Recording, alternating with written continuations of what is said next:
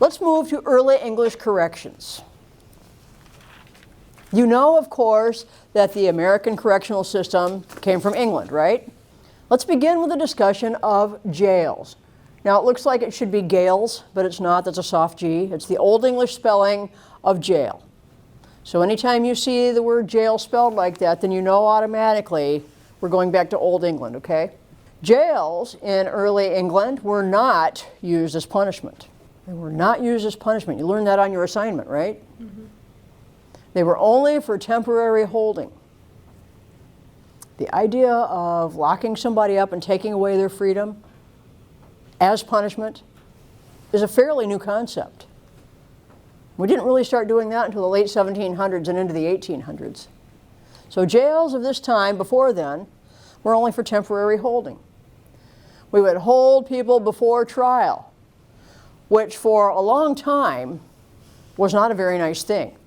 Not the civilized sort of thing that we see nowadays with a clean courtroom, a judge, a prosecutor, a defense attorney, and a jury. Not like that. They were trials by ordeal. You were presumed to be guilty until you could prove yourself innocent, and the way that you would prove yourself innocent would be to survive unscathed, unharmed, some very dangerous or painful ordeal, such as immersing your hand in a pot of boiling oil. And if you could do that and pull your hand out and not be burned, you were innocent. And you could be charged with witchcraft. Well, no, because see, God protected innocent people. God would not protect guilty people, but God protected the innocent. So if you were truly innocent, God would protect you. Mm-hmm. There was the chest press. We'd lay you down horizontally, and upon your chest we would pile heavy weights or stones. And if you could continue to breathe without your ribs snapping like matchsticks and collapsing your lungs, well, you were innocent. Now, James brings up the idea of witchcraft, right? If somebody was charged with witchcraft, well, a very common, popular trial was to take that witch and tie heavy weights or stones around their ankles and throw them into a deep body of water and wait. Everybody knows witches float. And so if they were really a witch, they would float to the surface despite the ankle weights. I know, are you seeing the problem with this one? Yeah, there's a little problem here, blub, blub, blub, right? So as you might imagine, if you knew that your trial was going to be something like this, would you stick around and wait for it? You're going to become a track star, right? You're going to beat feet right out of there. So we had to lock you up and hold you so you wouldn't run away. Punishments were either corporal or capital punishments. So we would hold the person for their punishment, assuming they survived their trial. Do we know what capital punishment refers to? Capital?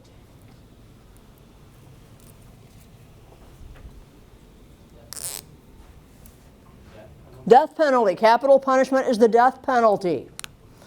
And we would exact the death penalty in some pretty awful ways. We might have you in the town square and eviscerate you, just slash your belly wide open, all your guts spill out, and we go, okay, have a nice day. You know, of course you're going to die a slow and miserable death. Or we could hang you up in a gibbet, a person-shaped cage. We hang you in the town square and watch you as you die of starvation, die of thirst, die of exposure to the elements. And then once you're dead, we'll just leave you hang as a warning for everybody else.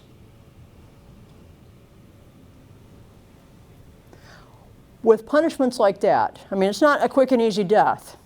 People aren't going to stick around, are they? What about corporal punishment? What is that?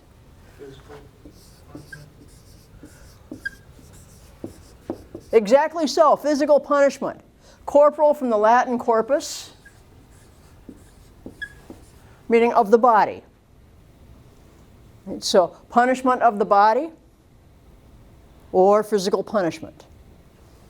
And again, not very nice punishments. We'll talk about some of these in a little bit, but even the mildest ones, stocks and pillories, were extremely unpleasant. Flogging or whipping, taking a big old bullwhip, a big old horsewhip, and hitting you so hard that we're literally tearing chunks of flesh and meat out of you with each lash. Those were mild punishments.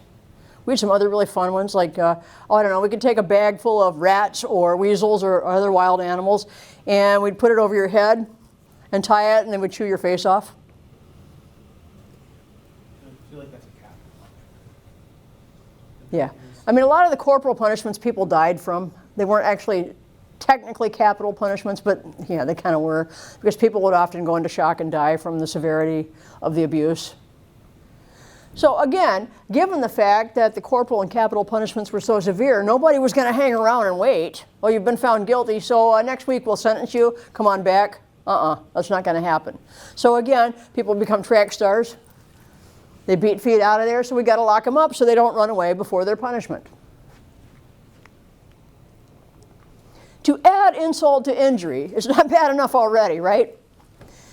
We're going to impose the fee system. Prisoners have to pay for their food, for their water, for their clothing.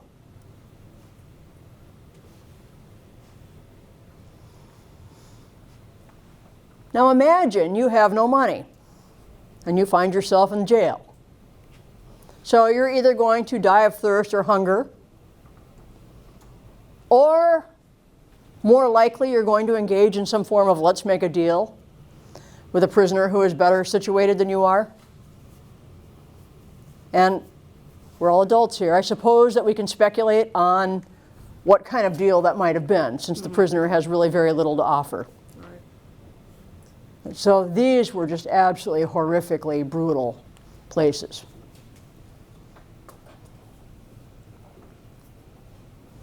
Enter the Bridewell. Remember this from the movie? Bridewell. It was actually an old palace that they renovated into a workhouse. Okay, because here's what happened, is in the 1500s, all of Europe is in a depression. Things are pretty bad. The economy is in the dumper, and the jails became overcrowded. Now this is about the time of the Calvinistic doctrine and the good old Protestant work ethic.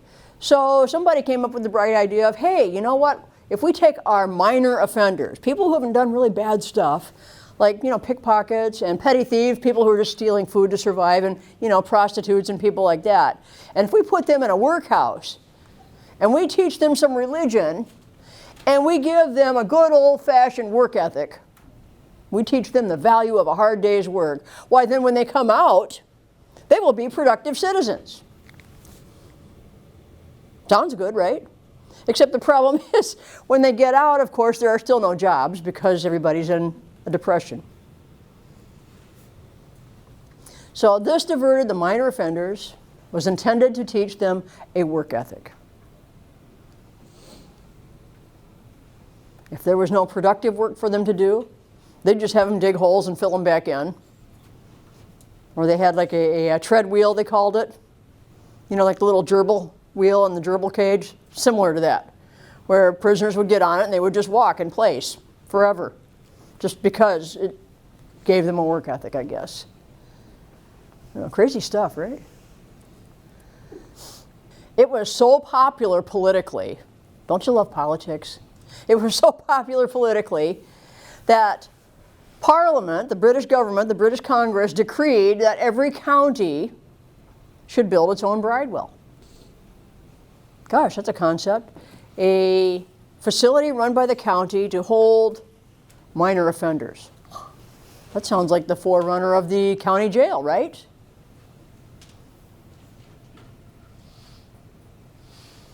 Here's the problem. Again, red, you don't have to write it. But they threw everybody in all together. They didn't care. It was just one big room, and everybody got dumped in together. So the young and the old, the male and the female, the sick and the healthy, all thrown in. Kept together in absolutely deplorable sanitation and conditions. So people got sick, people were assaulted, people were beaten, people were raped. So despite its lofty intentions, it was a miserable hellhole.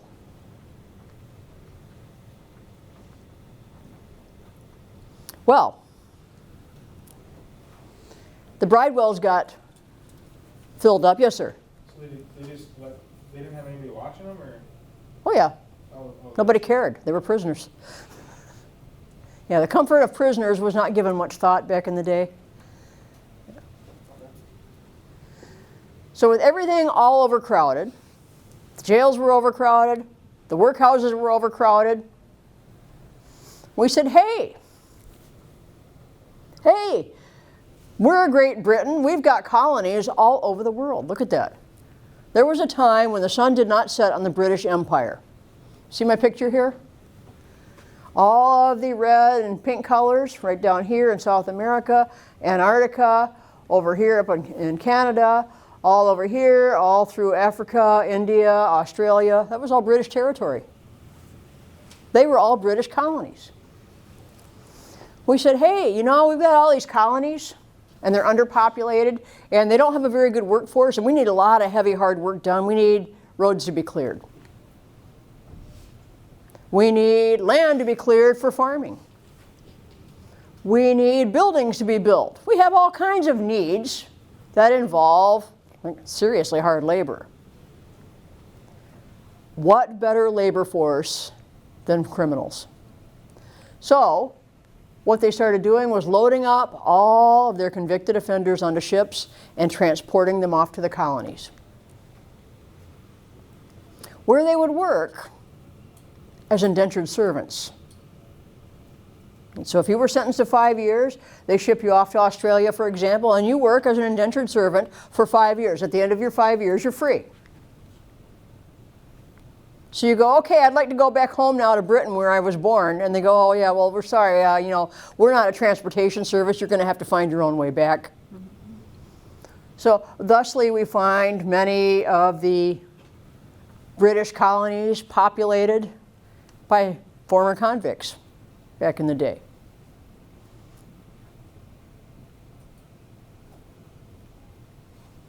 Transportation ended in America in 1776 with the American Revolution. We said, yeah, no, we're not going to do that anymore. We're overthrowing our government. Thank you, get out of here. We're not going to be your dumping grounds anymore for your criminals.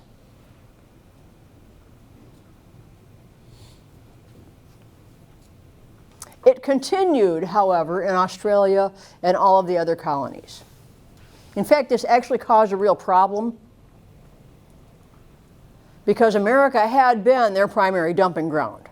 And when we shut that down, it left them with the other colonies. So primarily Australia.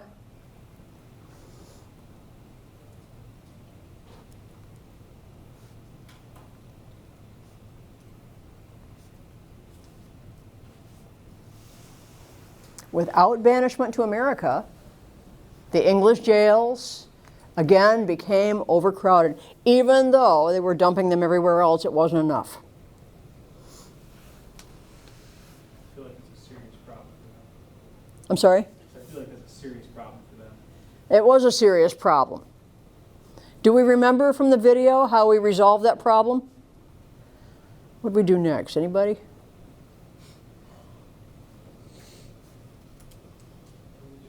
I want to say they just kind of started killing. No, what's that? The hulks, yes, very good. The convict hulks. Convict hulks.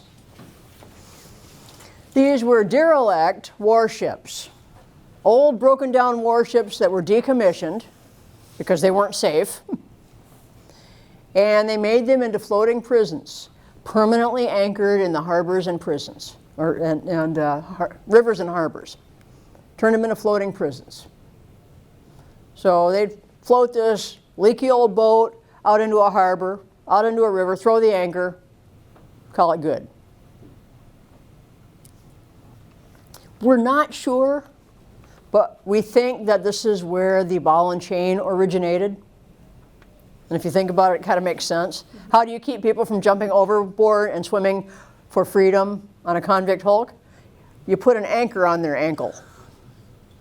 So go ahead, jump overboard now, blub, blub, blub.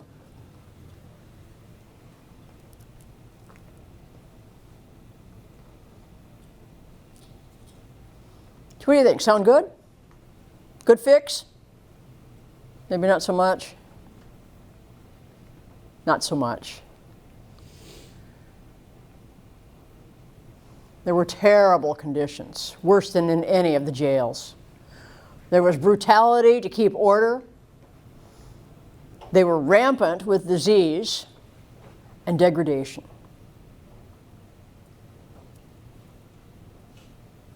Considered to be worse than any jail. So you can kind of see the physical setup here. I've got a few pictures. So these were some drawings of convict hulks. It's your basic old sailing vessel. Now imagine you're a convict on one of these, and you're housed somewhere in one of these upper levels. It might not be so bad because you're actually going to get a little bit of fresh air in from ventilation. It's going to be a lot easier to get food and water to you and to draw up your buckets of waste. But the further down you go, not so much. Maybe you're way down here. Maybe you're down here below the waterline even. And that was a problem sometimes because remember, these are derelict warships and they leaked. So sometimes they would leak to such a degree that the lower levels would flood and drown everybody. But even if they didn't leak, here's a cross section. Even if they didn't leak, the further down you are, can you imagine how bad it would be? The way unwashed people smell. People laying in their own urine and feces. Buckets of urine and feces about. Vermin. Rats, mice, maggots. Chewing on people. There's no getting clean. How hard is it to get fresh water and food down there? Not very easy. And you got to imagine the keepers, the people that work these convict hulks, they don't want to go down there where it's all stinky. Because it was stinky on steroids. It was bad. Imagine an outhouse on a hot July day and multiply by like 10. It was really, really horrible. And disease often wiped out populations of the entire hulk, including the keepers. Now here's the thing. This is part of corrections that most people don't think about, that most people don't know. That whatever conditions we keep the criminals in, the officers, the guards, the keepers, they're working in those conditions too. So it begs the question, how did some poor son of a gun get stuck with that duty? Right? Somebody made somebody else angry. They made some superior angry, and they got stuck with this pretty awful duty. You got to think that it would have been bad to work there, right?